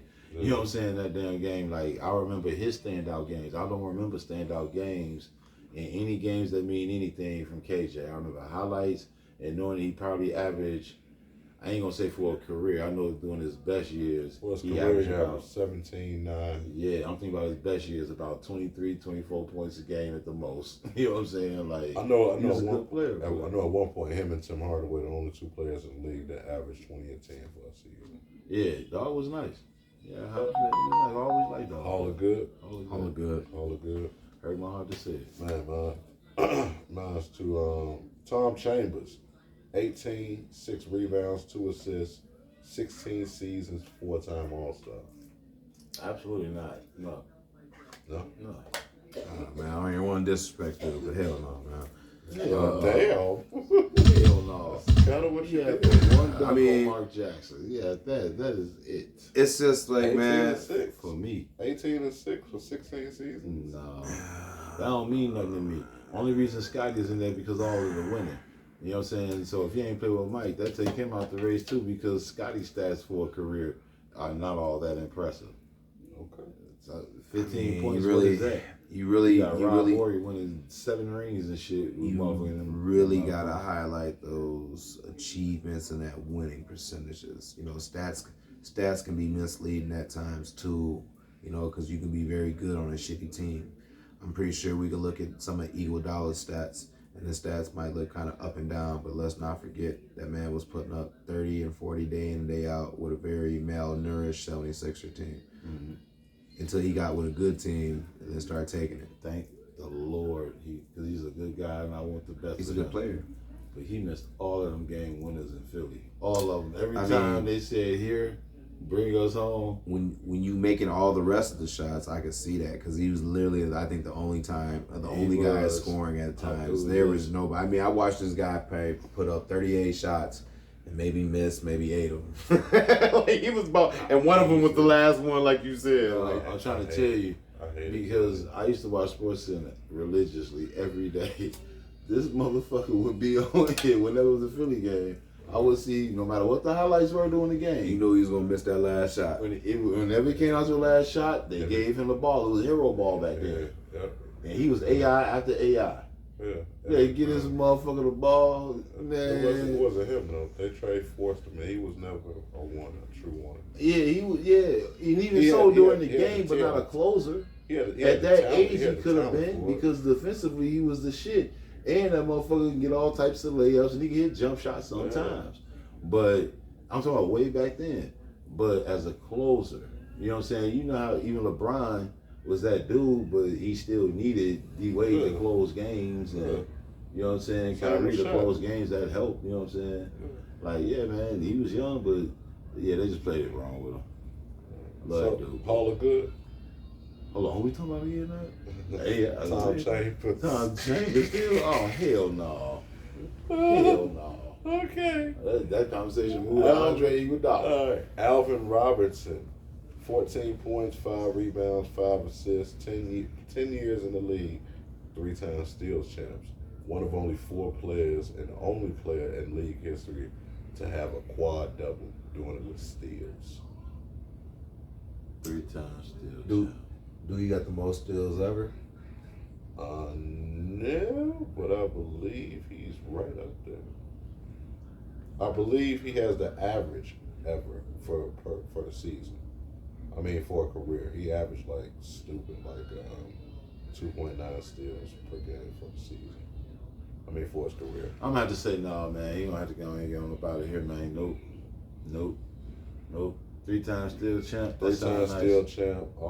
Made 6-time all defensive player of the year. Also one of only few guards to ever do it. Also most improved player.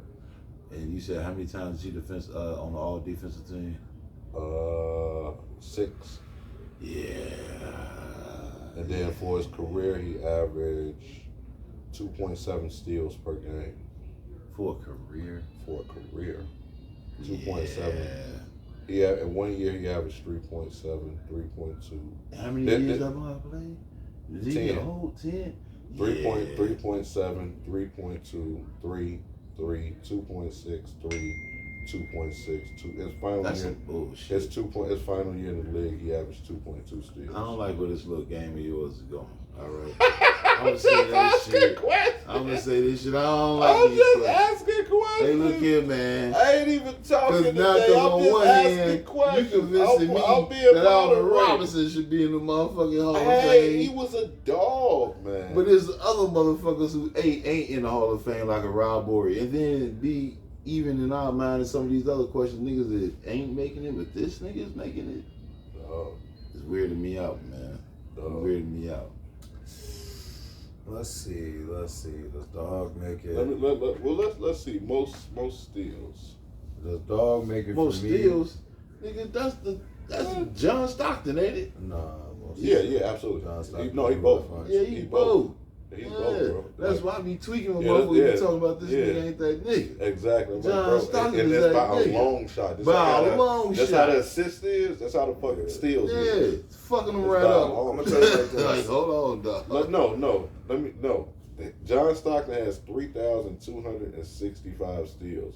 The second closest is Jason Kidd with 2,685. Nobody even has 2,700 steals. Yeah.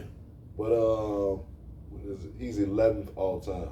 So And he only played 10 seasons. I'm gonna just put it out there like, nah. Call of Famer? No. It's no disrespect to Dog Stack because he's an amazing defender, but did all that defense translate to championships? No, he didn't win a ring. Did any of those big steals come up in playoff games to get you into a better position? That I can't say. I will say no. I ain't even see the games, but I'm gonna say no. That's all I'm gonna say. This man was the best regular season defender we can look at, and that's not gonna be enough for me because it didn't translate to anything in the playoffs and to nothing in the Had championship. the most games with 5 steals at 142 games. God damn. That was good during the regular season. 142. How many did he have in the playoffs? I know that's a sticky stat, but like it's the playoff steals because I've watched teams win 60 games and get their ass busted in the first round. Like it had one of the best regular seasons ever, but get their ass busted. Like to me, sometimes you could be the they best. wasn't having the best regular seasons. Their record was not that. They getting their ass bust. Marcus Smart. The Bucks were not good while he was playing with them. Marcus Smart is probably one of the best Gronkowski defenders, and shit. one of the better defenders in the league, and that motherfucker still ain't won a ring. And I can't put him in the Hall of Fame for even the defense of the year players that he got. Yeah. And that's why I couldn't put dude up there. I know he is way better than.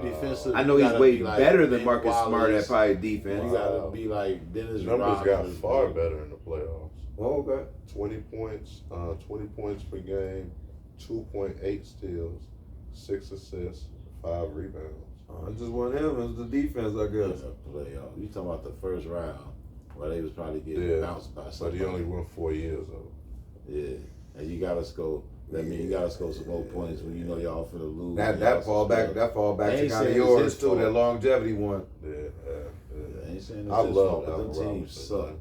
I remember Brikowski and them. Yeah, Frank two tall white- Brikowski. Brikowski and like Hayes or Shades or something. It was another Don't tall white Shades. dude. Well, Don't the fuck, Shades. it was two Another- tall white dudes. Yeah, those teams Actually, suck. it was Danny Shades. I think it was like his son, grandson or something. They But were horrible. somebody who I think y'all might say should be in the Hall of Fame, Joe Johnson, 16 points, 4 rebounds, 4 assists, played 18 years in the league, 7-time All-Star. Mm-hmm. ISO Joe, Hall of Fame, Hall of Good. Not on duty. No, I can't God say it. damn. I don't even know if it's all good. What has he ever done? I mean, I like the dude game and all, but He hit some big shots. some big shots. Yeah, he hit some big shots. He hit some big shots. Yeah, I remember Joe hitting some big shots in Atlanta. I mean, maybe not playoff wise, but ISO Joe was nice, man.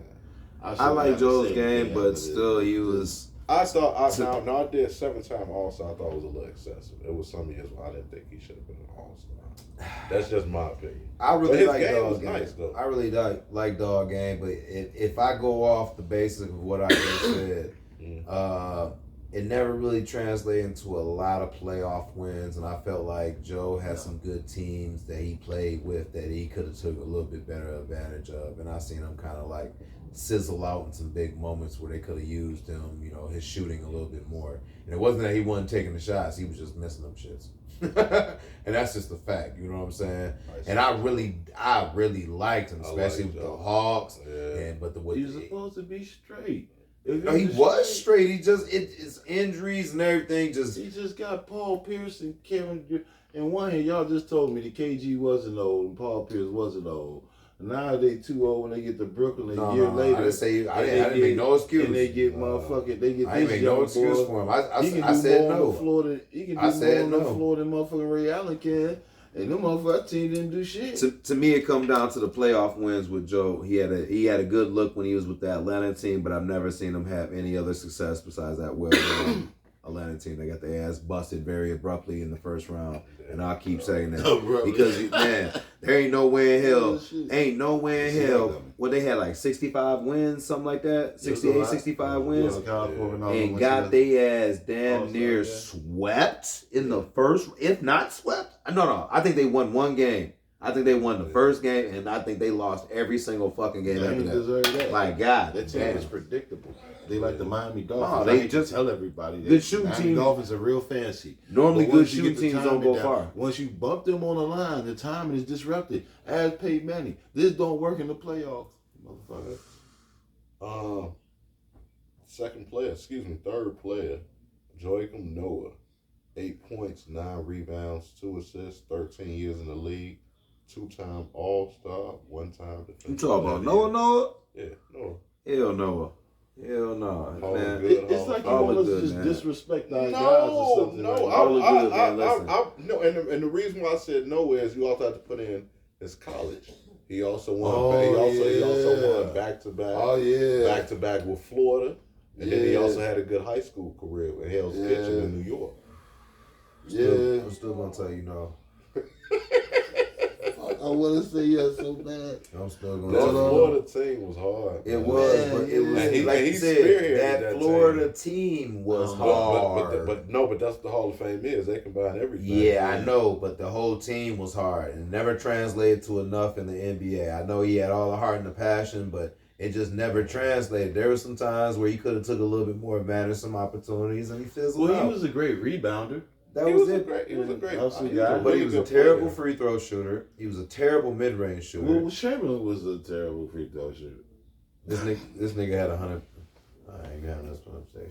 But long story short, it's like nah. Long story short, nah. I want to say that so bad. I'm gonna put my mask back on. Yeah. All right, number 2, Glenn Rice, 18 points, 4 rebounds, 2 assists, 15 years in the league, 1-time champ, 3-time All-Star game MVP. Glenn Rice, Hall of Fame or Hall of Good? Didn't he win in Michigan too? I believe Did so. he win the whole thing in Michigan? Let's see. I know they went far. but he had college success though. He did nice shit in Michigan. I don't know all his accolades like that, but I know that motherfucker had a nice career in Michigan before he was the man with the Miami Heat shooting that damn ball. Before, man, he went to Charlotte too, I think. But yeah, LA, he won a ring. So, yeah, he got a ring on top of all of that after being the man and shit, yeah. And he contributed too. 1989 and 674, Glenn Rice. Yeah, 89. To 19 NCAA Dubson Championship. Yeah, 89. He set an NCAA scoring tournament record, scored 184 points in 6 games. Mm-hmm. Was named tournament most outstanding. I'm trying to tell you, that's an absolute yes right there. Absolute yes. And he got a ring in the league. Glenn Rice, Hall of Fame, Hall of Good. First ring. All of good, man. Dog, he could do his thing, but I still got a big cliche about guys having to link up with other people and stuff in order to get their rings and stuff like that. To me, it's like you can have... Rob Horry definitely linked up with people. Well, he linked up with a lot of people a lot of years. So his mild success, he has 7 rings out of that, though. And if we're going to do like this, dog... He linked up a lot. I think Rice was successful everywhere. You figured Miami, the Hornets, the Lakers. Because they overachieved in Miami. They were an expansion franchise and they went to playoff. That's when he was rocking 41. Yeah, Mike bounced the shit out them niggas. I still can't give him up there, man. Nah. I think he wouldn't be first ballot, but I think I would have to put Minute Rice in. Man. To me, I think especially when you combine his I'll give him. He did have some nice little playoff runs and some nice little regular season. I give him that. Percentages are good.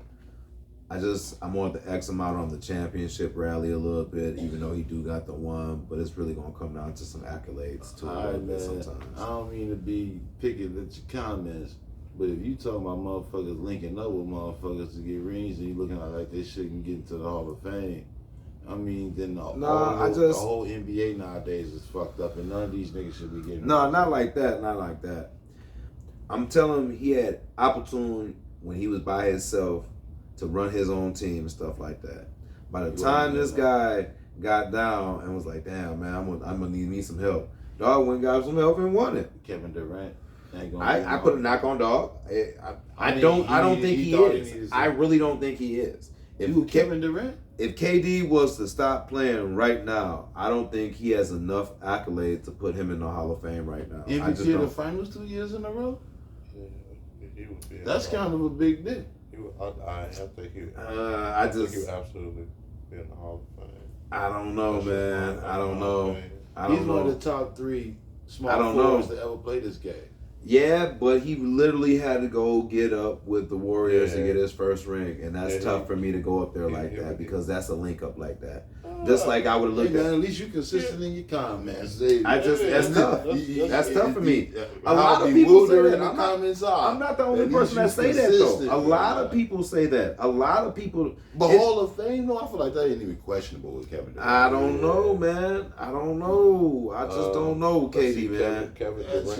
Kevin Durant, if he stops playing right now, his experience, 15 years in the league, 13-time All-Star, 10-time All-NBA, 2-time All-Star MVP, 4-time scoring champ, 2-time NBA champ, Rookie of the Year, 2-time Finals MVP All-Rookie for his career average 27, 7, and 4.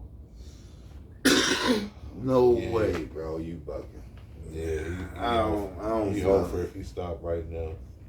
Even if he grows some hair, he would still be Hall of Fame. Or never grow any more hair.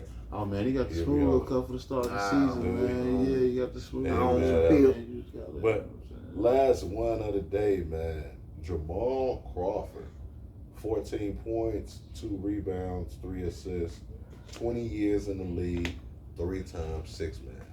It's like you just don't even want nobody to watch us. It's like you gonna make everybody hate us with these comments.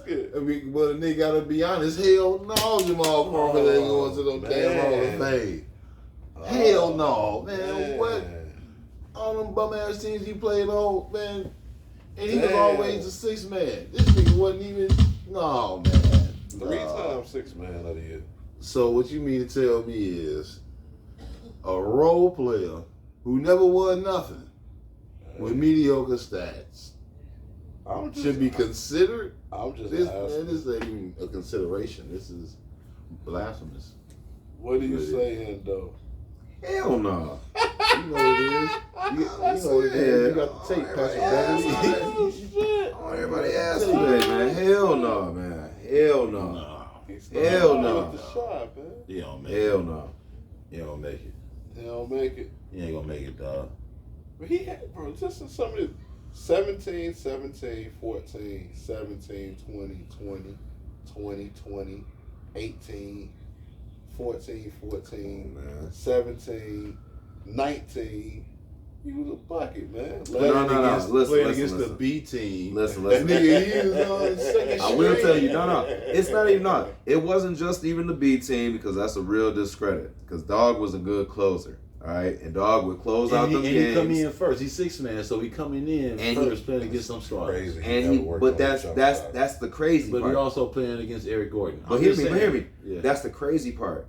A lot of guys got to be in the game in order to get going to put up this number of shots. Dog was coming off the bench, ready and hot.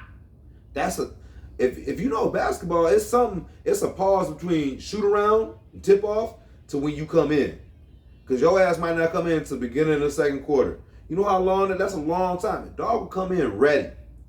I mean, there's something to what he did though. I'm just saying, coming off that bench and being hot, ready. How do you think Harden got a name? The whole reason we even talk about Harden is because when he was young and he came in on that Thunder squad, that motherfucker was ready to go. They passed that motherfucker the ball. He was lights out. They was like, who is this motherfucker over here? Exactly. We should sign him to a big contract. Rockets. That's when he was humble. Exactly.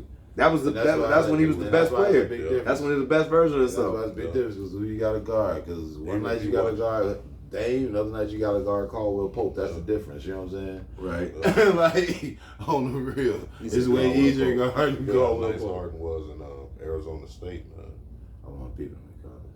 Really? Yeah, I ain't seen him. Yeah, he was a dog at Arizona State. He was rocking 13 back then too. But yeah, man, it's about that time. B.O. Please tell these people. Oh man, trade yourself. Trade yourself. Trade yourself. Self, man, for the Yeah, 74th man. time, man. Trade your That's a motherfucking self. That's 74. I don't know if we did the first episode. Yeah, we probably did, but that's all right. Yeah. Anyway, trade yourself. This is a part of how we always end our show, man. It's pretty much a nice way where you pick somebody. You know, it could be your kid, your girlfriend, your husband, your co-worker. Instead of telling them, like, fuck you, just look them in the face and say, you won't know what? You need to trade your goddamn self. Now, we normally try to keep it around sports figures. I love Brett Favre, food stamp, welfare king, queen, whatever. But, Said this, food stamp. whatever. So, this week, B.I., who need to trade themselves? All right, man. Y'all probably don't know who I'm talking about, but that's what make this shit funny. You know what I'm saying? Y'all know Eubanks saw Phoenix, the Phoenix Suns. Eubanks, the white dude. Yeah. Devin Eubanks. Yeah. You got ups. Well, apparently Phoenix was so interested in getting this nigga that they talked to him too early and violated the rule and got their second round pick snatched for next year. For talking to Eubanks too early. Oh, wow. Nigga, I'm like, dog. I don't feel like everybody was banging down Eubanks' door like that. I feel like y'all could have did it the right way and still got him. You know what I'm saying? That's the way I feel. I don't feel like y'all had to short break both ways. any rules. You know what I'm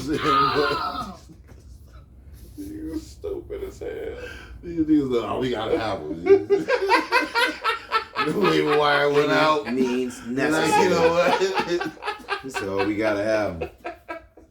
Oh, Well, shit, the Instagram Bradley Bill. We need Eubanks. We need Eubanks we gotta have immediately. Eubanks. Hell no. I think so. We gotta have him. Yeah, fuck Who me need up. to trade themselves this week? Who need to trade themselves this week, man? It's going to be Philadelphia and their management.